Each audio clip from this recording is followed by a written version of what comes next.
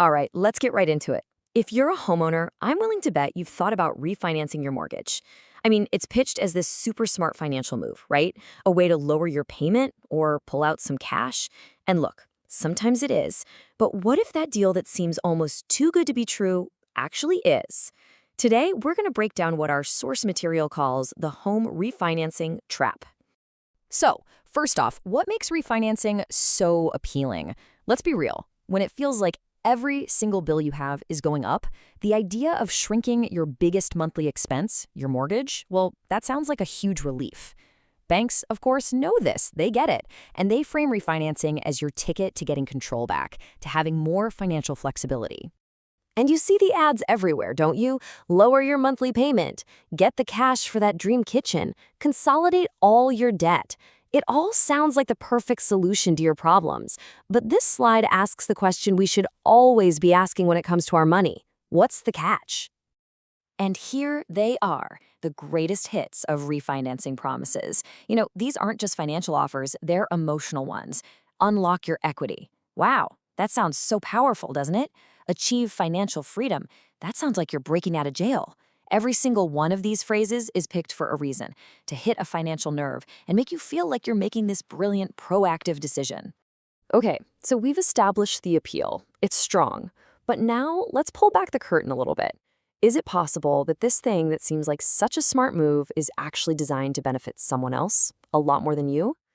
Our source material argues, yeah, a lot of the time it's a trap in disguise. And this quote, this is the core idea we're digging into today. It's a really bold statement, right? It's not saying refinancing is just a financial tool. It's suggesting it's a system that's designed for the bank to win.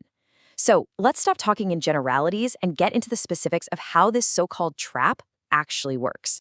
See, the trap isn't just one big, obvious thing. It's a bunch of small, easy-to-miss details that, when you put them all together, they add up to a huge disadvantage for you. And probably the most important piece of this whole puzzle is a little concept called the amortization reset.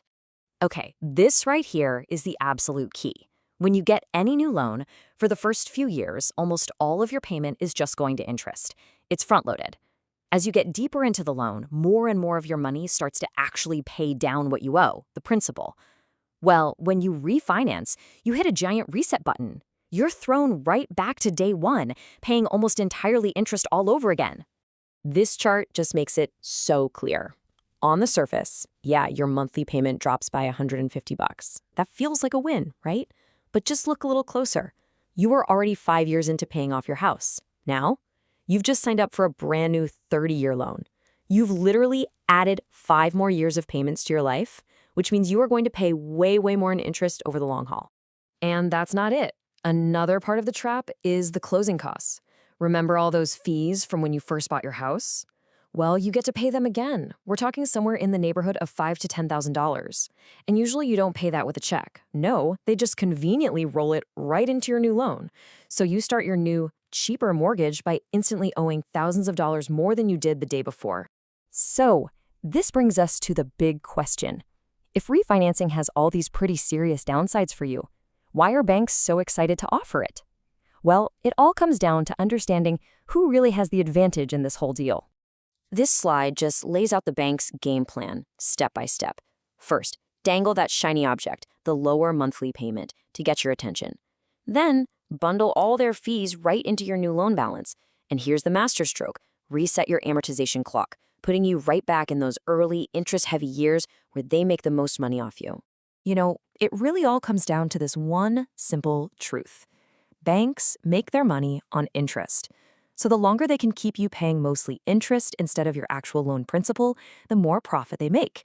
And refinancing is often the absolute perfect tool to keep you right in that sweet spot for them.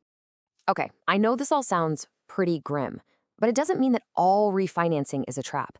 If you can get a dramatically lower interest rate, or if you have a really critical need for cash, it can absolutely be the right move. The whole point here isn't to never refinance. The point is to go into it with your eyes wide open. So let's talk about how you can actually analyze an offer and make the decision for yourself. Before you even think about signing on that dotted line, you have to get some real numbers. Use these questions as your personal checklist. First up, exactly how much are the closing costs? And are you just adding that cost to my loan? That's so important because it tells you your break-even point. Then you have to ask for the big picture numbers. How much more in total interest am I going to pay with this new loan compared to just sticking with my old one? And how many years am I adding to my debt? You see, the monthly payment is the bait. The total cost is the reality. So, let's just end it here. The next time that tempting refinance offer lands in your mailbox, I want you to look right past that shiny new lower monthly payment. Instead, look at the entire structure of the deal and ask yourself this one critical question: who really wins here, me or the bank? Answering that honestly is your single best defense against walking into the trap. Thanks for tuning in to this explainer.